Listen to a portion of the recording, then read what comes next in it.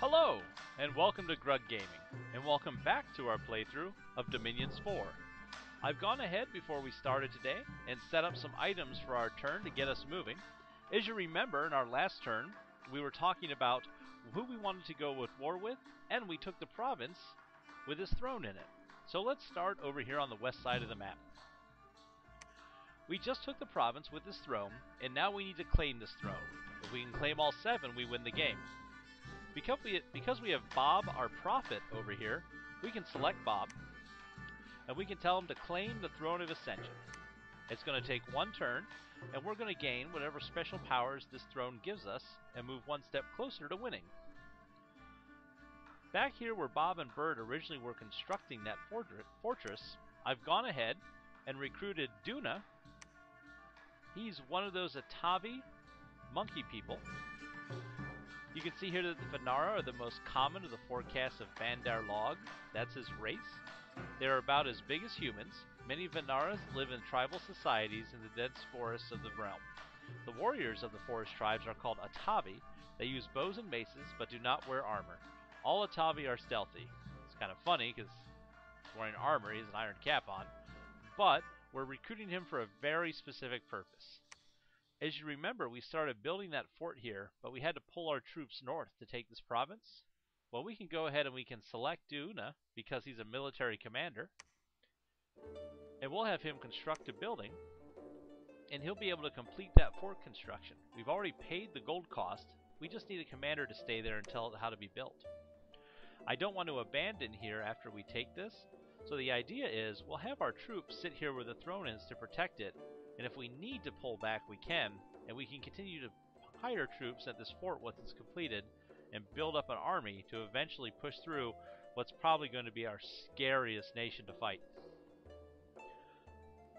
We have our mages, who did that searching here for magical sites. If we look in the upper left-hand corner for the province, you can see that we've done searches for magical sites of different levels, and we need to have them keep moving to the west to keep searching.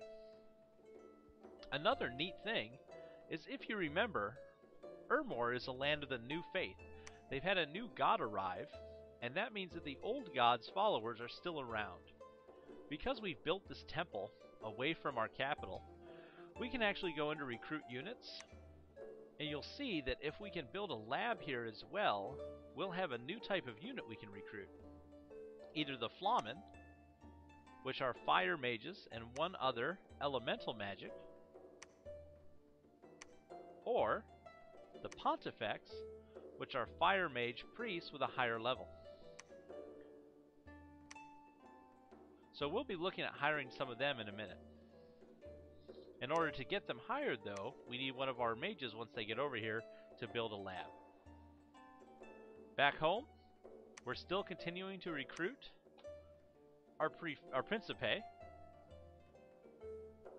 I think that's still the way for us to go. I'm just considering maybe seeing if we could get more troops and do a little bit of volume over quality, but I think we're getting a lot out of these troops. I really don't want to switch from them yet. Eventually, I'd like to add in some of these lizard auxiliary for no other reason than I like the idea of lizards fighting for the Roman armies. We're going to continue to hire mages, specifically the augurs, and again we're doing some research to make them extremely powerful here in a few turns. So up north is where we have our expansion army.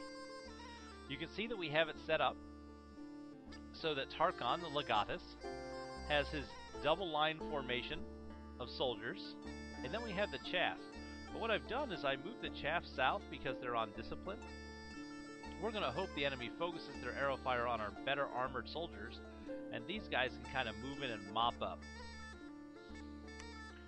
So we're going to begin this war with Veritos. Let's end the turn and see what happens.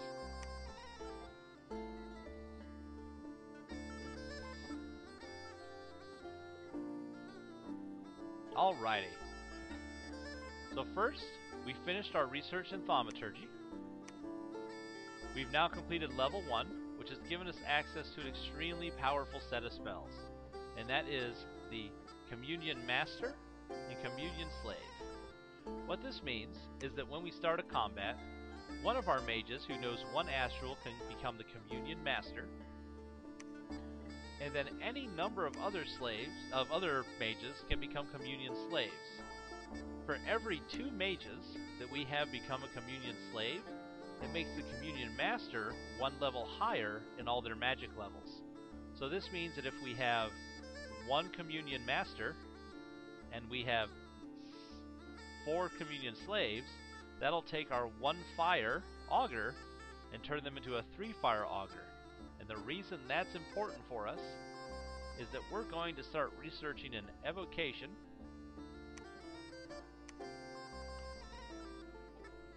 and you can see here we have this spell Fireball. Fireball does a lot of damage, sets people on fire, and is a great attack spell. When we get to level 3, however, that's when we get Fire Cloud. This lets us set up fire in front of our troops, and we can have our troops hold back and hope the enemy will run through it and be burned as we continue to launch fireballs at them. We may change that strategy. I am not familiar enough with evocation to decide which is the best way to go, and the biggest problem we're going to have is later on when we fight Pelagia, you'll notice that none of these spells work underwater, so we're going to have to come up with a better plan for them. Bob the Centurion has claimed the Throne of Law in the name of Grugtar. We had our first battle with Baratos. Let's watch how that went.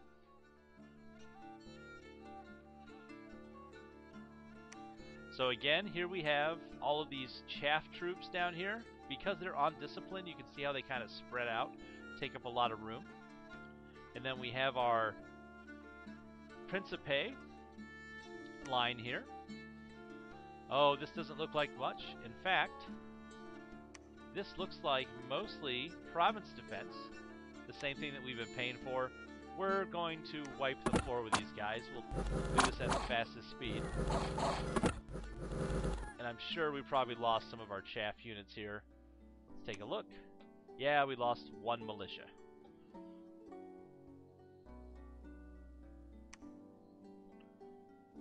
And if you look here, it also says how that they lost 0. Again, that was province defense. They didn't lose any real troops. The Throne of Winter is continuing to spread cold across the world. We may need to take a second thought about these lizards. I'd really like to use them, but if it becomes too cold in the world, they won't be as effective. We'll need to be careful. Our mages have made it over. Let's go ahead and get them searching for magic sites.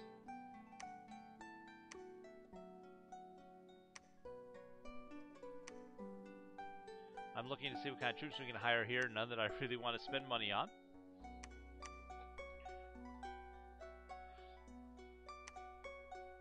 We're going to go ahead, continue to hire these mages, and keep our armies built. And I moved our horse commanders down here because I'm going to have them ferry all of these troops we've been hiring back up north to the front.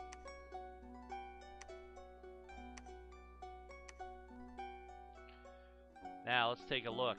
We've got an okay-sized army here. You can see it has these pikeneers. Pikeneers are a very neat unit. We'll talk about the repel effect the first time we fight them. I'll go over that. Longer weapons have an advantage in combat, and that's been modeled in the game as well. We have a 21 defense here. I think that'll be able to hold if the AI tries to attack us. But because I'm going to move these troops over here to take this province, because I want to build a fort here as well, I think I'm going to need to up this province defense. Looks like we get some heavy cavalry, heavy infantry as we up this value. This is a lot of money for what we're doing here, but it'll keep the AI out of our hair, I think, for a while. We'll take our troops. We'll march to the west to take this territory. And if they're going to be there, I actually want him to move here. Alright. So we're recruiting troops. See if we have anybody new. The heavy infantry, the heavy cavalry. Nobody here that we wouldn't be able to recruit anywhere else. We've got our army here holding this throne. We're researching and finishing our castle being built here. I think we are in a good spot to go ahead and move on to the next turn.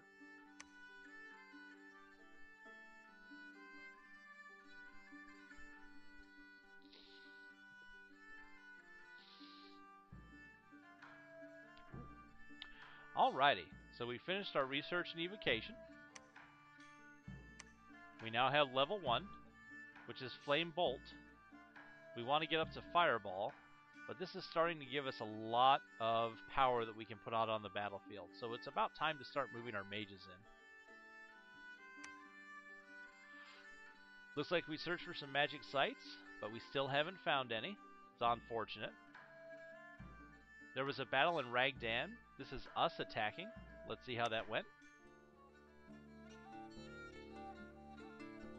Again, our forces versus more province militia and a couple basic archers. Nothing I think we need to worry about.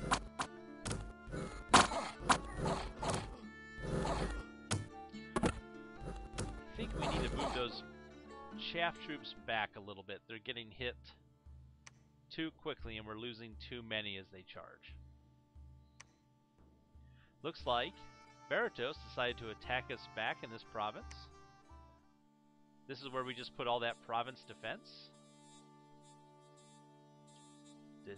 There they are. So these are the Pikeneers. And this is where we're going to talk real quick about what's called the repel ability. So they have a pike, which is a length 6 weapon. A length 6 weapon means that if the weapon is longer than your enemy's weapon, the enemy, when they attack you, you get a repel roll against their attack skill. If your against their defense skill. If your repel is successful, their attack misses. So not only do they have to roll to hit you, you get to roll to block it afterward. So it basically greatly increases the defense of these troops. So not only do they have this high defense skill, they have repel, and then they have a 14 protection. So they're very hard to kill in battle. Luckily, I think we just have enough troops here with our province defense that we'll be able to take them. Let's hope.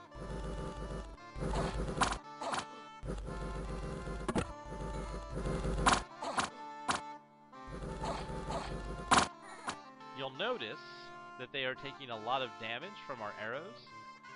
Troops that have a low defense skill and no shield are very vulnerable to arrow fire, and that's why archers are useful, even though their stats tend to be lower than most other troops.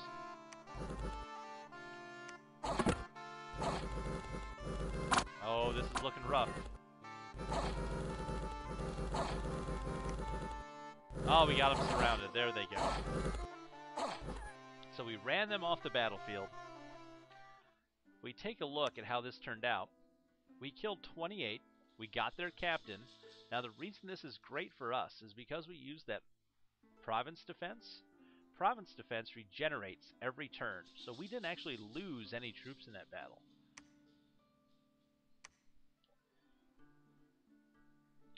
So we've taken over this province. We won this battle in our province defense. We have our troops that have moved north. We can see that there's no enemy units in this territory or this territory, and this is a neutral unit. What I'm going to do is I'm going to take Acropolis, because he has these guys here. I think this will be enough to take this empty territory. Unless they've dumped a lot of money into province defense, which I don't think they have. I also think that once we have enough money built up, we're going to save a little. We're going to build a fort here. We're still recruiting down here. We're going to hold here until we can build a fort. Let's spend some money on some province defense, and we can hope that they can take the brunt of any attack that comes, keep us from losing some troops. We're still building our castle. We've searched for sites here, so our 2 mages need to move on and keep searching. And you can see that we've gotten a lot of mages built up here. I want to keep that up, because very soon we're going to be moving our mages to the front lines. With that, we're going to wrap up this episode of Dominions 4, and we hope to see you next time on Gaming with Grug.